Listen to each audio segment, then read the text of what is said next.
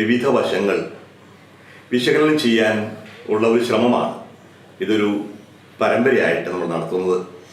പ്രമാണത്തിൻ്റെ വിവിധ വശങ്ങൾ, പ്രത്യേകിച്ചും ഒന്നാം പ്രമാണം എന്താണ് ലക്ഷ്യം വയ്ക്കുന്നത് എന്ന് നമ്മൾ കണ്ടു കഴിഞ്ഞു ആദ്യത്തെ എപ്പിസോഡിൽ. ഇന്ന് നമ്മൾ കാണാൻ ഉദ്ദേശിക്കുന്നത് ഈ പ്രമാണവുമായി ബന്ധപ്പെട്ട ചില ആചാരങ്ങൾ, അല്ലെങ്കിൽ ചില സംശയങ്ങൾ, ചില ചോദ്യങ്ങൾ, ചില വിമർശനങ്ങളൊക്കെയാണ്. പ്രത്യേകിച്ചും ഒന്നാം പ്രമാണം വളരെ വ്യക്തമായി വിലക്കുന്ന ഒരു കാര്യമാണ് മറ്റ് ദൈവങ്ങളെ ആരാധിക്കുന്നത്. കർത്താവ് ഒരു മാത്രമേ ഉള്ളൂ, ഇസ്രായേൽ ദൈവമായ കർത്താവിനെ മാത്രമേ ആരാധിക്കാം, മറ്റ് ദൈവങ്ങളെ ആരാധിക്കാൻ പാടില്ല. ഇപ്പോൾ വിഗ്രഹാരാധന മുടക്കുന്നു. അതുപോലെ തന്നെ അതിൻ്റെ തന്നെ ഭാഗമാണ് വിജാതീയരുമായി നിങ്ങൾ യാതൊരു തരത്തിലുള്ള ബന്ധത്തിലും ഏർപ്പെടാൻ പാടില്ല, അവരുമായി വിവാഹം ചെയ്യാൻ പാടില്ല, നിങ്ങളുടെ കുട്ടികളെ അവർക്ക് കൊടുക്കരുത്. അങ്ങനെ ചെയ്താൽ ഉണ്ടാകുന്നത് നിങ്ങൾ അവരുടെ ആചാരങ്ങളിൽ പങ്കുചേരുകയും നിങ്ങൾ തന്നെ വഴിതെറ്റി പോകാൻ കാരണമാവുകയും ചെയ്യും. ഇത് വളരെ വ്യക്തമായിട്ട് പുറപ്പാട് പുസ്തകത്തിലും പിന്നീട് സംഖ്യാപുസ്തകത്തിലും നിയാവർത്തന പുസ്തകത്തിലൊക്കെ നമ്മൾ കാണുന്നതാണ്. അപ്പോൾ മറ്റു ജനതകളോടുള്ള ഇടപാട് എങ്ങനെയായിരിക്കണം, ജനതകളുടെ ആചാരങ്ങളൊന്നും സ്വീകരിക്കാൻ പാടില്ല എന്ന ഒരു നിലപാട് പഴയ നിയമത്തിൽ നമ്മൾ പ്രത്യേകമായിട്ട് കാണുന്നുണ്ട്. അതും ഈ ഒന്നാം പ്രമാണത്തിൻ്റെ ഭാഗമാണ്. കാരണം മറ്റു ജനതകളുടെ ആചാരങ്ങൾ സ്വീകരിച്ചാൽ അവരുടെ ആചാരങ്ങളോടൊപ്പം അവരുടെ വിശ്വാസങ്ങളും നിങ്ങൾ സ്വന്തമാക്കുന്നവരും, അങ്ങനെയാകുമ്പോൾ ഒന്നാം പ്രമാണത്തിൻ്റെ ലംഘനമാകും, ദൈവത്തിൽ നിന്ന് അകന്നു പോകാൻ കാരണമാകും. ഇത് ഒരു പ്രമിസായിട്ട് ഒരു മുൻകൂറ് പ്രമാണമായിട്ട് എടുക്കുകയാണ്. പക്ഷേ ഇത് എപ്പോഴും പാലിക്കപ്പെടുന്നില്ല എന്നതാണ് ഇന്ന് കാണുന്ന ഒരു യാഥാർത്ഥ്യം. പ്രത്യേകിച്ചും കേരളത്തിലാണെങ്കിൽ പോലും സ്ത്രീകൾ, ക്രിസ്ത്യാനി കത്തോലിക്ക സ്ത്രീകൾ നെറ്റിയിൽ പൊട്ടു തൊടുന്നു. അതൊരു ഹൈന്ദവ ആചാരമാണ്. ചിലർ നെറ്റിയിൽ കളഹം പൂശുന്നുണ്ട്. നമ്മൾ ഒരു വിരുന്നിനൊക്കെ പോകുമ്പോൾ വിരുന്നിശാലയിലേക്ക് കയറ്റുമ്പോൾ നെറ്റിയിൽ ചന്ദ്രൻ തൊട്ടാണ് വിടുന്നത്. പല ദേവാലയങ്ങളിലും നിലവിളക്കുണ്ട്. നിലവിളക്കിൻ്റെ ഒരു മുകളിൽ നിൽക്കുന്നത് ശിവലിംഗം പോലെ ഒരു രൂപമാണ്. അപ്പോൾ അത് ഹൈന്ദവ ആചാരപ്രകാരമുള്ള സംഗതികളാണ്.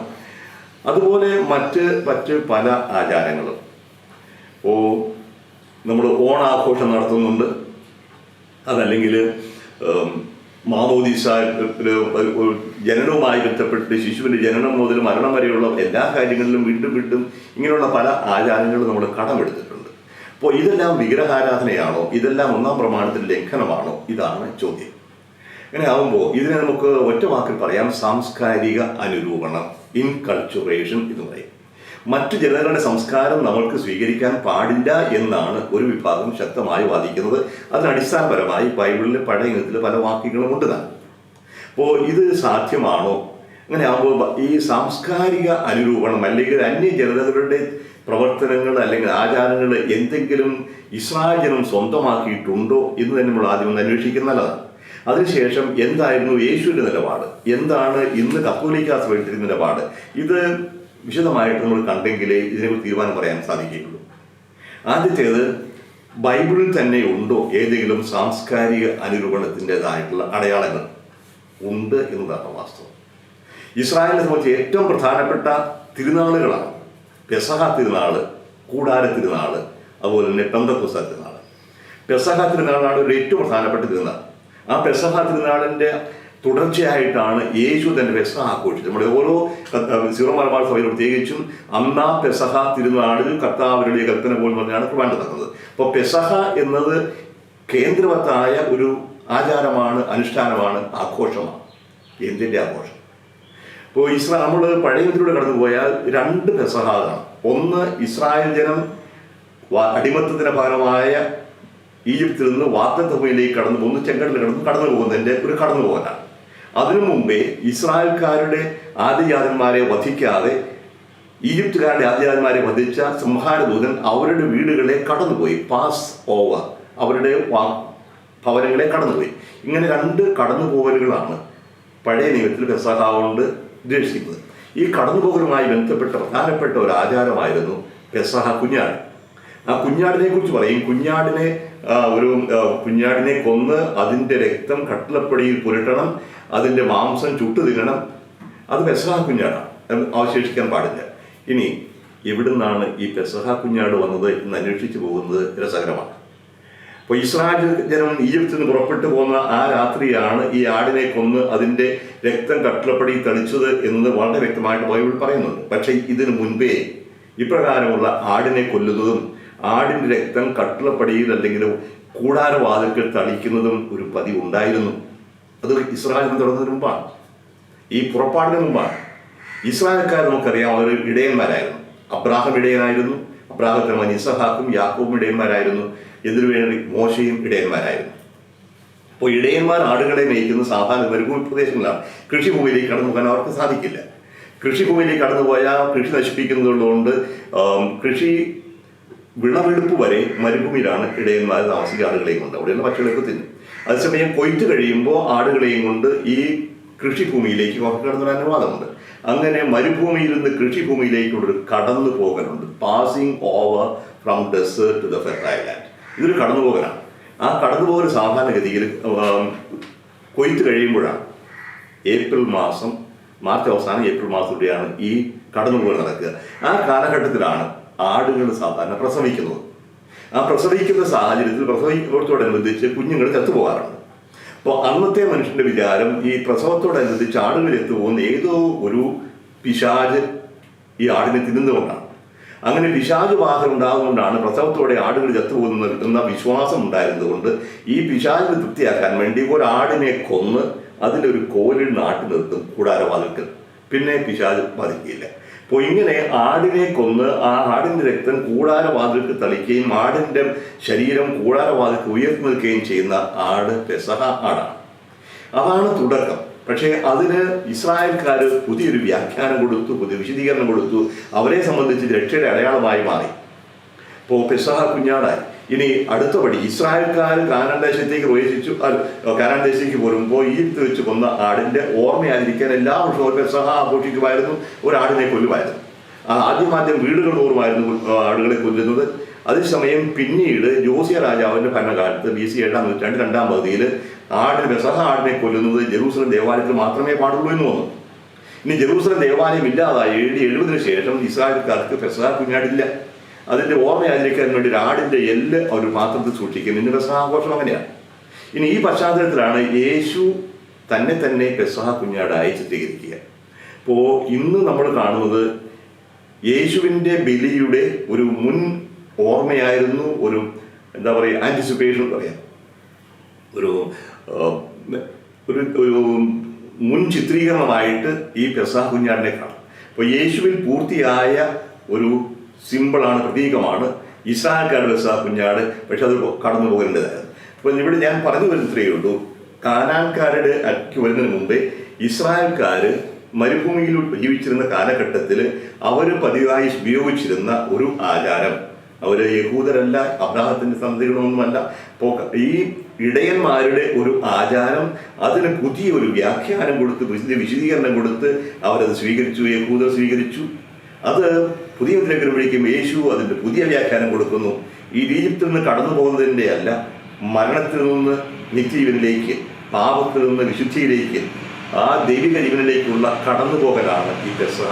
അതുകൊണ്ടാണ് യേശുവിൻ്റെ മരണത്തിൻ്റെ ഒരു അനുസ്മരണമായി പെസഹ കുഞ്ഞാട് വരുന്നത്. ഇത് തീർന്നില്ല, ഇതൊന്നെയാണ്.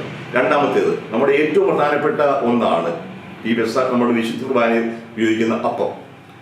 അവർക്ക് പുളിപ്പില്ലാത്ത അപ്പം എന്നാണ് പറയുക. പെസഹായി പുളിപ്പില്ലാത്ത അപ്പം, പെസഹ ആഘോഷവും പുളിപ്പില്ലാത്ത അപ്പം ഒന്നിച്ചു പോകുന്നതാണ്.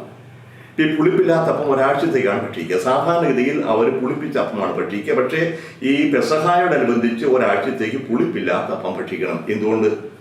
അതിന് കാരണം പറയുന്നത്, ഇസ്രായേൽക്കാർ ഈജിപ്തിൽ നിന്ന് പുറപ്പെടുമ്പോൾ തിടുക്കത്തിൽ പോരേണ്ടി വന്നതുകൊണ്ട് കുഴച്ചു വെച്ച മാവ് പുളിക്കാൻ സമയം കിട്ടിയില്ല. അതുകൊണ്ട് നമ്മൾ പുളിപ്പില്ലാത്ത അപ്പം ഭക്ഷിക്കുന്നു. അതുകൊണ്ട് പുളിപ്പില്ലാത്ത അപ്പത്തിന് തിരുനാൾ ആഘോഷിക്കുന്നു. പക്ഷേ അതിന് മുൻപേ ഉണ്ടായിരുന്നു ഈ പുളിപ്പില്ലാത്ത അപ്പം. എവിടുന്നാണ് പുളിപ്പില്ലാത്ത അപ്പത്തിൻ്റെ വരവ്? ഞങ്ങൾക്ക് ഓർക്കുന്നുണ്ട്, ചെറുപ്പകാലത്ത് ഞങ്ങൾ നെൽകൃഷിയൊക്കെ ചെയ്യാറുണ്ടായിരുന്നു. കൊയ്ത്ത് കഴിഞ്ഞാൽ പുത്തരി ഉണ്ടാവും. പുത്തരി പെരുന്നാൾ എന്ന് പറയും. അപ്പോൾ ഇതുപോലെ പുത്തരി പെരുന്നാൾ ആഘോഷിക്കുന്നവരായിരുന്നു കാനാൻകാർ. അതിൻ്റെ പ്രത്യേകത ഇതായിരുന്നു, അപ്പം പുളിപ്പിക്കാനായിട്ട്, മാവ് പുളിപ്പിക്കാനായിട്ട് ഒരു ദിവസം പുളിപ്പിച്ച മാവിൽ നിന്ന് അല്പം എടുത്ത് മാറ്റിവെക്കും. ആ പുളിപ്പാണ് പുതിയ മാവിലേക്ക് കൊടുക്കുക. എൻ്റെ ചെറുപ്പകാലത്ത് മോരിന് ഉറ കൂട്ടുക എന്ന് പറയും. വീട്ടിൽ ഉറയില്ലെങ്കിൽ ഉറയൊഴിക്കാനായിട്ട് അയൽവക്കത്ത് മേടിക്കും. ഇങ്ങനെ ഉറ കൂട്ടുക എന്ന് പറഞ്ഞതുപോലെ പുളിപ്പിക്കാനായിട്ട് പുളിപ്പ് സൂക്ഷിക്കുന്നു. അതൊരു ആൺപോട്ടം മുഴുവൻ പോകും. ഇന്നത്തെ പുളിപ്പ് നാളത്തെ അപ്പത്തിനായിട്ട് ഉപയോഗിക്കും, നാളത്തെ അങ്ങനെ തുറന്നു പോകും. പക്ഷേ കൊയ്ത്ത് തുടങ്ങുമ്പോൾ ഇത് അവസാനിപ്പിക്കുക. ഇവിടെ ഇനി ഒരാഴ്ചത്തേക്ക് വീട്ടിൽ പുളിപ്പൊന്നും ഉണ്ടാകാൻ പാടില്ല. പഴയതിനോട് പൂർണ്ണമായി വിട പറയുന്നു. ദൈവം നൽകുന്ന പുതിയ വർഷം, പുതിയ വിളവ് അത് സ്വീകരിക്കുന്നു. അപ്പോൾ പഴയതിനോട് വിട പറഞ്ഞ് പുതിയതിനെ സ്വീകരിക്കുന്നതിൻ്റെ ഒരു അടയാളമായി കാനാൻകാർ, കൃഷിക്കാർ പുളിപ്പില്ലാത്ത അപ്പം ഭക്ഷിച്ചിരുന്നു. അപ്പോൾ ഈ ഇസ്രായേൽക്കാരെ സംബന്ധിച്ചോളം കാലക്രമത്തിൽ അവരുടെ ആചാരങ്ങളൊക്കെ രൂപപ്പെട്ടു വരുമ്പോൾ രണ്ട് ആചാരങ്ങൾ ഒരുമിച്ച് വരികയായി. പെസഹ കുഞ്ഞാടും പുളിപ്പില്ലാത്ത അപ്പവും. ഒന്ന് ഇടയന്മാരുടെ മേഖലയിൽ നിന്ന് വരുന്നു, രണ്ടാമത്തത് കൃഷിക്കാരുടെ മേഖലയിൽ നിന്ന് വരുന്നു. ഒന്ന് കാനാനിൽ നിന്ന് വരുന്നു, മറ്റു മരുഭൂമിയിൽ നിന്ന് വരുന്നു. ഇത് രണ്ടും ഇന്ന് ഇസ്രായേൽക്കാരുടെ ഏറ്റവും വലിയ തിരുനാളാണ്. നമ്മുടെയും ഏറ്റവും വലിയ തിരുനാളാണ് പെസഹായും പുളിപ്പില്ലാത്ത അപ്പം. ഈ പുളിപ്പില്ലാത്ത അപ്പമാണ് യേശു എടുത്ത് വിശുദ്ധീകരിച്ച് തൻ്റെ ശരീരമായി മാറ്റിയത്. അപ്പോൾ യേശുവിൻ്റെ ശരീരമായി നമ്മളിന്ന് സ്വീകരിക്കുന്ന ഈ പെസഹ കുഞ്ഞാടിൻ്റെ ശരീരം, പുളിപ്പില്ലാത്ത അപ്പം, അതിന് വളരെ പിന്നോക്കം പോകുന്ന വേരുകളുണ്ട്. അതുകൊണ്ട് ഇസ്രായേൽക്കാർ സ്വീകരിച്ച അല്ലെങ്കിൽ മരുഭൂമിയെടുത്ത ആ പിശാചിന് കൊടുക്കുന്ന ആടാണ് ഇന്നത്തെ കുഞ്ഞാട് നമ്മൾ പറയില്ല. അതേസമയം അതുപോലെ തന്നെ കാനാൻകാരുടെ ഉടുപ്പില്ലാത്ത അപ്പമാണെന്ന് പറയില്ല. ആ രണ്ട് ആചാരങ്ങൾ എടുത്തു, അതിന് പുതിയതായ അർത്ഥം കൊടുത്തു, പുതിയതായ വിശദീകരണം കൊടുത്തു. ഇതാണ് സാംസ്കാരിക അനുരൂപണം പറയുക. അവരുടേതായ എടുക്കുന്നു, വിശദീകരിച്ച് കൊടുക്കുന്നു. ഇതുപോലെ എത്രയോ അനുഭവങ്ങൾ നമുക്ക് പറയാനുണ്ടാകും. ഉദാഹരണം നമ്മുടെ ജീവിതത്തിലേക്ക് കടന്നാൽ, ഇപ്പോൾ വാസ്തവത്തിൽ ഒരു ക്രൈസ്തവ, പ്രത്യേകിച്ച് കേരളത്തിലൊക്കെ ആണെന്നുണ്ടെങ്കിൽ ജനനം മുതൽ മരണം വരെയുള്ള എല്ലാ ആചാരങ്ങളും നമ്മൾ ഇവിടുത്തെ സംസ്കാരത്തിൽ സ്വീകരിച്ചതാണ്. പിന്നെ മാമോദീസയെ കുറിച്ച് പറയാം. മാമോദീസ ആരാണ് മാമോദീസ കണ്ടുപിടിച്ചത്? ഇസ്രായേൽക്കാർക്ക് മാമോദീസ ഉണ്ടായിരുന്നു. എസ്സീംകാരുടെ അടുത്ത് മാമോദീസ ഉണ്ടായിരുന്നു. കാനാൻകാർക്കുണ്ടായിരുന്നു മാമോദീസ. ആർക്കായില്ലാതെ? എല്ലാ മതങ്ങളിലും ഉണ്ട്. ഒരു റിച്വലായിട്ടുള്ള, ഒരു ആചാരം അനുസരിച്ചുള്ള കഴുകൽ. ഗംഗാ സ്നാനമോ കാവേരി പോയി കുളിക്കുന്നതോ എല്ലാം ഒരു പാപമോചനത്തിന് വേണ്ടി ആൾക്കാർ ചെയ്യുന്നു. പാപം മോചിക്കപ്പെടുന്നുണ്ടോ ഇല്ലയോ എന്നുള്ളതല്ല പ്രശ്നം. ഇവിടെ പാപമോചനം ലക്ഷ്യം വെച്ചുകൊണ്ട് ഒരു കുളി, അത് ഒരു ജനതയിൽ എല്ലാ ജനതകൾക്കും ഉണ്ട്. അതുപോലെ തന്നെ നമ്മൾ ഓർക്കണം, സ്നാപയോഹന്നാൻ വന്ന് പാപമോചനത്തിനുള്ള മാനസാന്തരത്തിൻ്റെ മാമോദീസ ഘോഷിച്ചു. ഇപ്പോൾ സ്നാപയോഹന്നാൻ്റെ മാമോദീസ കൊണ്ട് പാപമോചനം കിട്ടിയോ? ഇല്ല എന്നുള്ളതാണ് വാസ്തവം. കഴിയുന്നതുകൊണ്ട് മാത്രം പാപമോചനം കിട്ടുകയില്ല. സ്നാപയോഹന്നാൻ പ്രസംഗിച്ചത് അനുതാപത്തിൻ്റെ മാമോദീസ. പാപമോചനത്തിന് ആവശ്യമായ അനുതാപം പാപമോചനം എവിടുന്ന കിട്ടുക? യേശുവിലൂടെയാണ്. അപ്പോൾ യേശുവിലൂടെ ലഭിക്കുന്ന പാപമോചനം സ്വീകരിക്കുന്നതിന് തങ്ങളെ തന്നെ ഒരുക്കുന്നു. അതിൻ്റെ അടയാളമായിട്ടാണ് അവർ സ്നാപയോഹന്നാൻ മാമോദീസ കൊടുത്തത്. യേശു ഈ ആചാരമാണ് തിരിച്ചെടുക്കുന്നത്. അപ്പം ജനതകളുടെ ഇടയിൽ ഉണ്ടായിരുന്നു, സ്നാപകനാണ് സ്വീകരിച്ചു, എസ്സിയും സന്യാസം ഉപയോഗിച്ചിരുന്നു. ആ യോഗം എടുത്ത് യേശു പറഞ്ഞു, ജലത്താലും ആത്മാവിനാലും വീണ്ടും ജനിക്കുന്നില്ലെങ്കിൽ നിങ്ങൾ സ്വർഗ്ഗത്തിൽ പ്രവേശിക്കില്ല. ജലത്താലുള്ള പ്രവേശിക്കുന്നതാണ് സ്നാനം. നിങ്ങൾ പോയി പിതാവിൻ്റെയും പുത്രൻ്റെയും പരിശുദ്ധാത്മാവിൻ്റെ നാമത്തിൽ സ്നാനപ്പെടുത്തുവിൻ. എന്താ അതിൻ്റെ അർത്ഥം? പിതാവിൻ്റെയും പുത്രൻ്റെയും പരിശുദ്ധാത്മാവിൻ്റെ നാമത്തിൽ എന്ന് പറഞ്ഞാൽ പേര് വിളിക്കുക അല്ല. ഗ്രീക്ക് കൺസ്ട്രക്ഷനിൽ പ്രത്യേകതയുണ്ട്. ഈ പുസ്തകം മേശപ്പുറത്തിരിക്കുന്നതാണ്. ഞാൻ ഈ പുസ്തകം മേശപ്പുറത്തേക്ക് വയ്ക്കുന്നു. On to that table. ഈ പുസ്തകം വെള്ളം പാത്രത്തിലിരിക്കുന്നു, പാത്രത്തിലേക്ക് വെള്ളം ഒഴിക്കുന്നു. ഏക്ക് എന്ന് പ്രത്യേകമുണ്ട്. അപ്പം ഇവിടെ പിതാവിൻ്റെയും പുത്രൻ്റെയും പരിശുദ്ധാത്മാവിൻ്റെ നാമത്തിലല്ല, നാമത്തിലേക്ക്, into the name of the father, into the name of the son, into the name of the holy spirit. ഇപ്പോൾ ദൈവത്തിൻ്റെ നാമത്തിലേക്ക് അവരെ സ്നാനപ്പെടുത്തണം. അതെങ്ങനെ ചെയ്യുക? ഇതാണ് ഈ വെള്ളം ഒഴിക്കുന്നതിലൂടെ വെറും ഒരു കഴുകലല്ല സംഭവിക്കുന്നത്. ഈ വെള്ളം ഒഴിക്കുന്നതിലൂടെ ഈ വെള്ളമൊഴിച്ച് പേര് വിളിക്കുന്ന വ്യക്തി പിതാവും പുത്രനും പരിശുദ്ധാത്മാവുമാകുന്ന ഈ സ്നേഹപ്രവാഹത്തിലേക്ക് ഉൾച്ചേരുകയാണ്.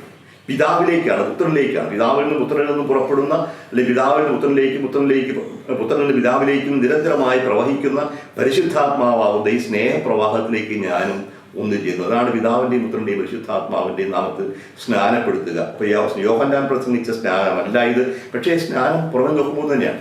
ഇപ്പോഴും പുറമേ നിന്ന് കിട്ടുന്ന പല ആചാരങ്ങളും നമ്മൾ അതിന് പുതിയ അർത്ഥം കൊടുക്കുന്നു. അർത്ഥമറിയാതെ ചെയ്തിരുന്നതിൻ്റെ അർത്ഥം എന്താണെന്ന് വിശദീകരിച്ചു കൊടുക്കുന്നു. അപ്പോൾ സാംസ്കാരിക അനുരൂപണത്തിൽ ഇത് വളരെ പ്രസക്തമാണ്. പെസഹ പോലെ തന്നെ വളരെ പ്രധാനപ്പെട്ട രണ്ടാമത്തെ തിരുനാളാണ് ഇസ്രായേൽക്കാരെ സംബന്ധിച്ചോളം പെന്തക്കോസ്തേ എന്ന് പറഞ്ഞാൽ 50-ാമത്തെ നാൾ. 50-ാം പെരുന്നാൾ നമ്മൾ പറയും. ഇന്ന് ക്രിസ്ത്യാനികൾ 50-ാം പെരുന്നാൾ ആഘോഷിക്കുന്ന പരിശുദ്ധാത്മാവിൻ്റെ ആഗമനത്തെ അനുസ്മരിക്കാൻ വേണ്ടിയിട്ടാണ്. പക്ഷെ അതായിരുന്നില്ല ഇസ്രായേൽക്കാരെ സംബന്ധിച്ചോളം പെന്തക്കോസ്ത ആചരണം സീനായി ഉടമ്പടിയുടെ ഓർമ്മയാചരിക്കാൻ വേണ്ടിയിട്ടാണ്. പക്ഷെ അതായിരുന്നു തുടക്കത്തിൽ. ആയിരുന്നില്ല. പെന്തക്കോസ്ത ആചരണം ഉണ്ടായത് മറ്റൊരു കാർഷിക മേഖലയിൽ നിന്നാണ്. നമ്മൾ പുളിപ്പില്ലാത്ത അപ്പത്തിൻ്റെ തിരുനാളിനെ കുറിച്ച് പറഞ്ഞതുപോലെ തന്നെ അത് തുടക്കത്തിലാണ്. കൊയ്ത്ത് ആരംഭിക്കുമ്പോൾ ആദ്യത്തെ ധാന്യങ്ങൾ ശേഖരിക്കുന്ന അതോടൊന്നിച്ച് ഒരാഴ്ചയാണ് പുളിപ്പില്ലാത്ത അപ്പം ഭക്ഷിക്കുക. ഇനി ഏകദേശം 7 ആഴ്ച ദീർഘിക്കും ബാർലി കൊയ്ത്തും എല്ലാ ധാന്യങ്ങളും കൊയ്ത് തീരുമ്പോൾ. അപ്പോൾ 7 ആഴ്ചത്തേക്ക് ദീർഘിക്കുന്നതാണ് ഈ കൊയ്ത്തുകാലം. കൊയ്ത്തുകാലത്തിൻ്റെ അവസാനം ദൈവത്തിന് നന്ദി പറയാൻ വേണ്ടിയിട്ടാണ് പെന്തക്കോസ്ത് ചേർന്ന് ആഘോഷിക്കുന്നത്. കൊയ്ത്ത് അവസാനിക്കുന്നത് അത് ഇസ്രായേൽക്കാർ പെന്തക്കോസ്തിയാക്കി. ഇനി മൂന്നാമത് ഇസ്രായേൽക്കാരുടെ ഏറ്റവും പ്രധാനപ്പെട്ട മൂന്നാമത്തെ തിരുനാളാണ് കൂടാര പെരുന്നാൾ. അപ്പോൾ ഇവിടുന്നാണ് ഈ കൂടാര പെരുന്നാളിൻ്റെ ഉത്ഭവം. നമ്മൾ പറയും ഇസ്രായേൽക്കാർ കാനാൻ ദേശത്തേക്കുള്ള യാത്രാമധ്യേ മരുഭൂമിയിലൂടെ യാത്ര ചെയ്തു. അപ്പോൾ മരുഭൂമിയിൽ അവർ കൂടാരങ്ങൾ വസിച്ചു. അതിൻ്റെ ഓർമ്മ ആചരിക്കാൻ വേണ്ടി കൂടാരങ്ങൾ വസിക്കുന്നു. ശരിയാണ്. പക്ഷേ ഇതിനു മുമ്പ് ഉണ്ടായിരുന്നു, കാനാൻകാരുടെ ഇടയിൽ ഉണ്ടായിരുന്നു ഈ കൂടാര പെരുന്നാൾ. അത് എന്തുകൊണ്ടാണെന്ന് ചോദിക്കും. കാരണം സാധാരണഗതിയിൽ മുന്തിരി വിളവെടുക്കുന്നത് നമ്മൾ ഒരു സെപ്റ്റംബർ ഒക്ടോബർ മാസം ആണ്. മുന്തിരി വിളവെടുക്കുമ്പോൾ ഒരാഴ്ച കൊണ്ട് വിളവെടുപ്പ് തീരണം. അത് പെട്ടെന്ന് മഴ പെയ്യാനുള്ള സാധ്യതകളുണ്ട്. മുന്തിരി പഴുത്തു വരുന്ന കാലമാകുമ്പോഴത്തേക്കും മഴയും ഉണ്ടാകുമ്പോൾ മഴക്കാലം തുടങ്ങുന്നതിന് മുമ്പേ മുന്തിരി വിളവെടുക്കണം. അത് തന്നെയുമല്ല, ഈ മുന്തിരി വിളവെടുക്കുന്നത് വലിയ ആഘോഷത്തിൻ്റെ അവസരമാണ്. ഇപ്പോൾ വീടുകൾ താമസിച്ചുകൊണ്ടല്ല, അപ്പോൾ മുന്തിരിത്തോട്ടം പുറത്തായിരിക്കും. അപ്പോൾ ഈ പറമ്പിൽ അവർ കൊണ്ടുപോയി ചെറിയ കൂടാരങ്ങൾ ഉണ്ടാക്കുന്നു. ആ കൂടാരത്തിൽ താമസിച്ചുകൊണ്ട് 7 ദിവസത്തേക്ക് ആവശ്യത്തിന് അവർ മുന്തിരി ശേഖരിക്കുന്നു. അത് ചക്കിലിട്ട് ചവിട്ടിപ്പിഴിഞ്ഞ് വീഞ്ഞുണ്ടാക്കുന്നു, കുടിക്കുന്നു, സന്തോഷിക്കുന്നു. അപ്പോൾ ഈ വിളവെടുപ്പ് ധാന്യങ്ങൾ കഴിഞ്ഞു. അത് പെന്തക്കോസ്തിലാണ്. മറ്റ് പഴവർഗ്ഗങ്ങളുടെ വിളവെടുപ്പ് അവസാനിക്കുന്നതാണ് കൂടാര പെരുന്നാൾ. അപ്പോൾ നമ്മൾ നോക്കിയോളൂ, ഇസ്രായേൽക്കാരുടെ പ്രധാനപ്പെട്ട 3 തിരുനാളുകളും ചരിത്രാത്മകമായി ബന്ധപ്പെടുത്തുന്നുണ്ട്. പക്ഷെ അതിന് മുമ്പ് തന്നെ ജനതകൾ ആചരിച്ചിരുന്നതാണ്. ഇങ്ങനെ ആചരിച്ചിരുന്ന തിരുനാളുകളെ ഇസ്രായേൽക്കാർ സ്വന്തമാക്കി അതിന് രക്ഷാകരമായ ചരിത്രമായ ഒരു വിശദീകരണം കൊടുത്തു. ഇങ്ങനെ വരുമ്പോൾ ചോദിക്കാവുന്ന മറ്റൊരു ചോദ്യമുണ്ട്. എന്തുകൊണ്ട് ഇസ്രായേൽക്കാർ ചെയ്ത് ബൈബിളിൽ അംഗീകരിച്ചിട്ടുള്ള ഇതുപോലെ നമുക്ക് മറ്റു ജനതകളുടെ അല്ലെങ്കിൽ നമ്മുടെ നാട്ടിലെ തിരുനാളുകൾ എന്തുകൊണ്ട് ആഘോഷിച്ചുകൂടാ? ഉദാഹരണത്തിന് നമ്മൾ തിരുവോണം, ആര് പറഞ്ഞിട്ട് ഓണം ആഘോഷിക്കുന്നത് വലിയ പാപമാണ്. എനിക്ക് മനസ്സിലാകുന്നില്ല എന്താണ് ഇതിൻ്റെ പാപം.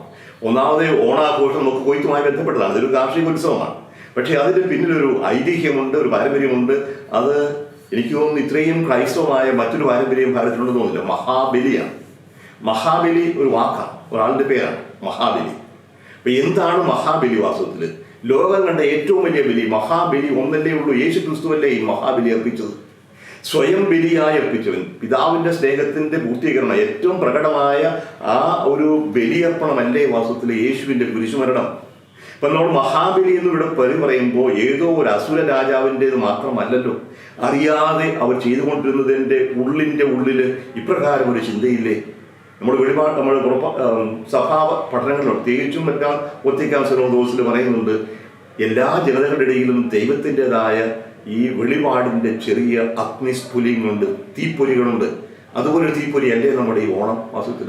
ഓണം എല്ലാവരും പ്രത്യേകിച്ച് പറയുന്നല്ലോ, മാവേലി നാടുവാണി ഇടുംകാലം മാലോകരെല്ലാവരും ഒന്നുപോലെ, കള്ളവുമില്ല പൊളിയുമില്ല എള്ളോളമില്ല പൊളിവചനം.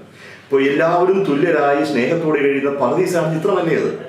ആ ഒരു പർദീസാണ് നഷ്ടപ്പെട്ടതിൻ്റെ ചിത്രമല്ലേ പിന്നീട് വരുന്നത്. ഇങ്ങനെ വരുമ്പോഴേക്കും വാസ്തവത്തിൽ എന്തുകൊണ്ട് നമുക്ക് ഓണം ആഘോഷിച്ചുകൂടാ? ഈ ഓണം ആഘോഷത്തിന് ഈ ഒരു പുതിയ അർത്ഥം കൊടുക്കാൻ സാധിക്കുകയില്ലേ? വാസ്തവത്തിൽ ഈ മാവേലിയുടെ കഥ, മഹാബലിയുടെ കഥ വാസ്തവത്തിൽ നഷ്ടപ്പെട്ട പർദീസയുടെ കഥയല്ലേ? ബൈബിളിൽ എടുത്തു കൊടുക്കുന്നുണ്ട് നഷ്ടപ്പെട്ട പർദീസ. ഈ പർദീസ നഷ്ടത്തിൻ്റെ കഥ ബൈബിളിൽ മാത്രമല്ല അനേകം ജനതകളിലുണ്ട്. അപ്പോൾ ഇങ്ങനെ വരുമ്പോൾ എന്തുകൊണ്ട് നമുക്ക് നമ്മുടെ നാട്ടിൽ നമ്മുടെ ഭാരതീയ സഹോദരങ്ങൾ ആചരിക്കുന്ന ഈ ഒരു ഉത്സവത്തെ ക്രൈസ്തവമായി കണ്ടുകൂടാ? എന്തുകൊണ്ട് മഹാബലി എന്ന പേര് തന്നെ നമുക്ക് എന്തുകൊണ്ട് യേശുവിൻ്റെ ബലിയായിട്ട് സമർപ്പിക്കാൻ കൂടാ? വാസ്തവത്തിൽ ഈ മഹാബലിയുടെ തന്നെ പിന്നിലേക്ക് പോകുമ്പോൾ ഉണ്ടാകുന്ന ചിത്രം നോക്കൂ. അതൊരു വലിയ അടിമത്തത്തിൻ്റെ അല്ലേ. വാസ്തവത്തിൽ സമൃദ്ധിയിൽ കഴിഞ്ഞിരുന്ന, സന്തോഷമായി കഴിഞ്ഞിരുന്ന ഒരു ജനതയിൽ അസൂയ തോന്നിയ ഏതോ ദേവന്മാർ എന്ന് പറയാം വാമന രൂപം കൊണ്ട് കടന്നു വരികയും ഈ മഹാരാജാവിൻ്റെ മഹാമനസ്കതയെ ചൂഷണം ചെയ്തുകൊണ്ട് അദ്ദേഹത്തെ ചവിട്ടിത്താഴ്ത്തുകയും ചെയ്തതാണ് സംഭവം. ഏതാണ് നന്മ, ഏതാണ് തിന്മ?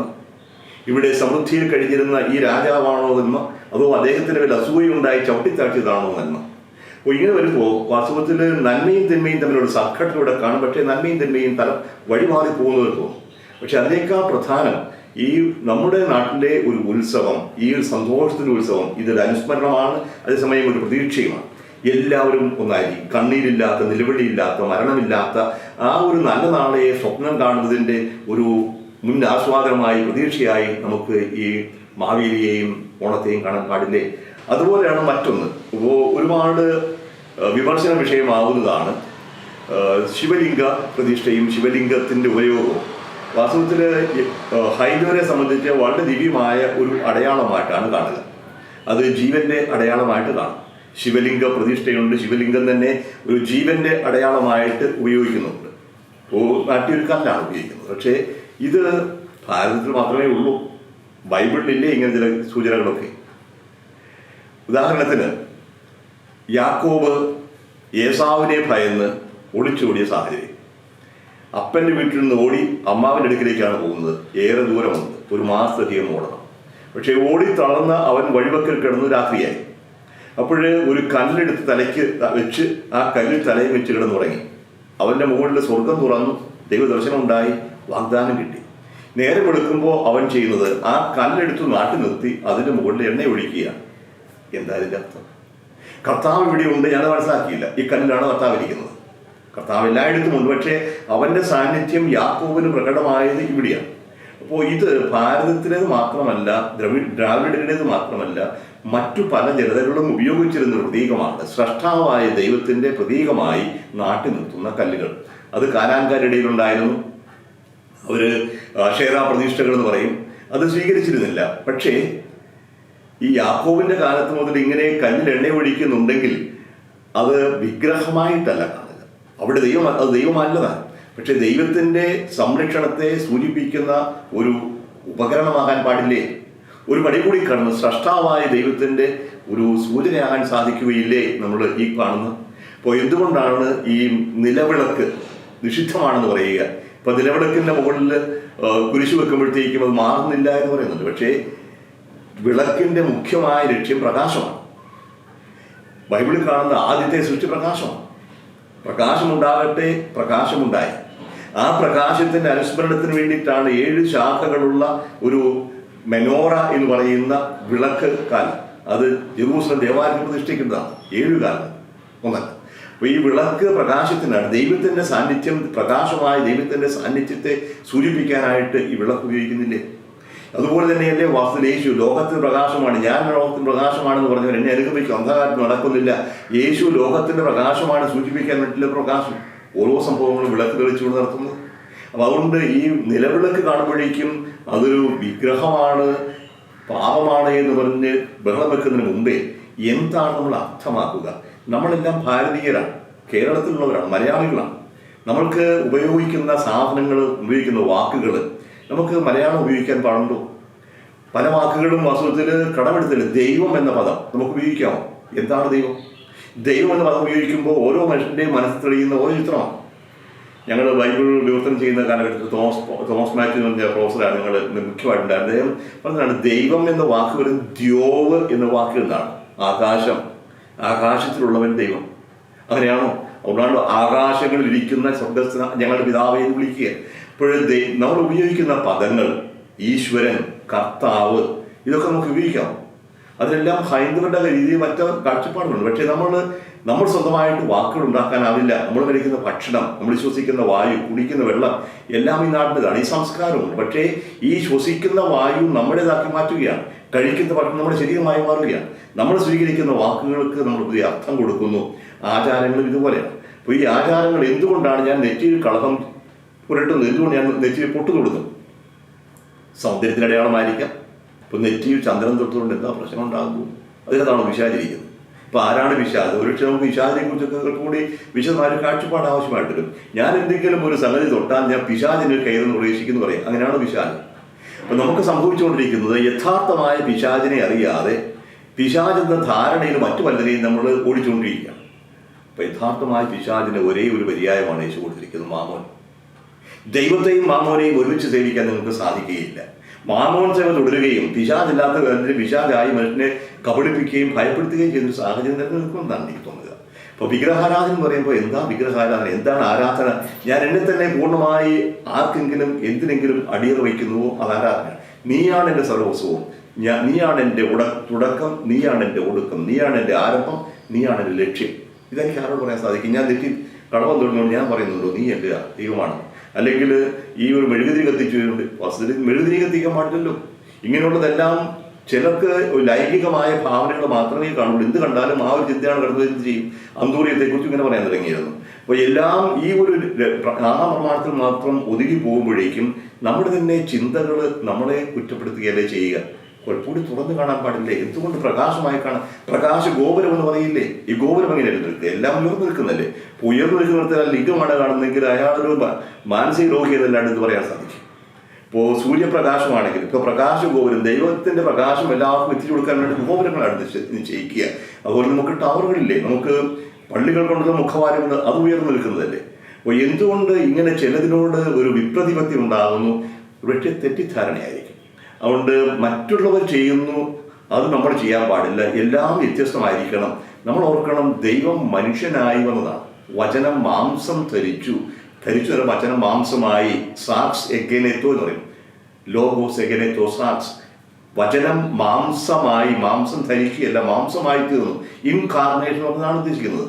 ദൈവം മനുഷ്യനായി, അങ്ങനെ മനുഷ്യനെ ദൈവത്തിൻ്റെ മക്കളാക്കി മാറ്റാൻ വേണ്ടി, ദൈവത്തിലേക്ക് വരുത്താൻ വേണ്ടി ആ ഒരു സാംസ്കാരികമായ പ്രവർത്തനം ദൈവം മനുഷ്യനായി അവതരിച്ചെങ്കിൽ ഇതുപോലെ ദൈവത്തിൻ്റെ വചനം എല്ലാ സംസ്കാരങ്ങളിലും രൂപമെടുക്കണം.